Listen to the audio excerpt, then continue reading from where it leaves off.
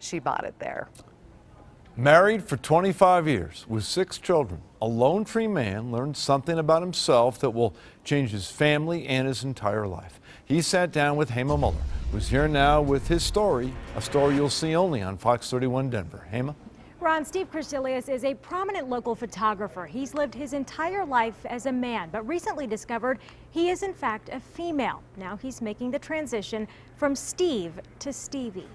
This one went around the world. This is during Obama's acceptance speech. Steve has had a stunning career as a photographer, but behind the camera, he was hiding.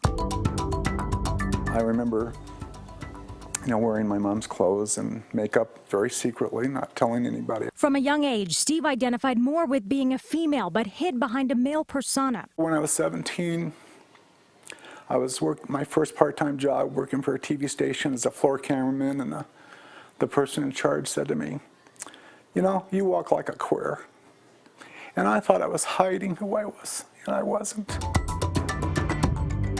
Fast forward about 40 years. I had a kidney stone, and we're in the emergency room, and the nurse is reading the ultrasound and says, this says you're female. Steve was born intersex, meaning he has both male and female parts. The diagnosis was a shock, but also a relief. It validated how I always felt inside. So he decided to slowly start living as the woman you see now, Stevie. But she had more than just herself to think about. How do you tell your kids that,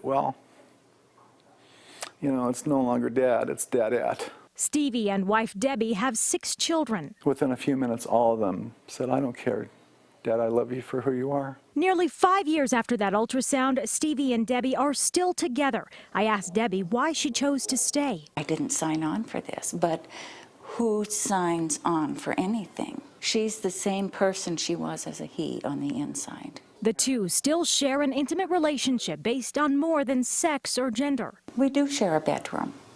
We even share the same bed. She still relates to my heart and soul, and I still relate to hers. And I think that that's the essence of true love. With the support of her family and friends, Stevie is now living the life she's always dreamed of. It's so liberating to be able to be and express how I feel inside. And by sharing her story,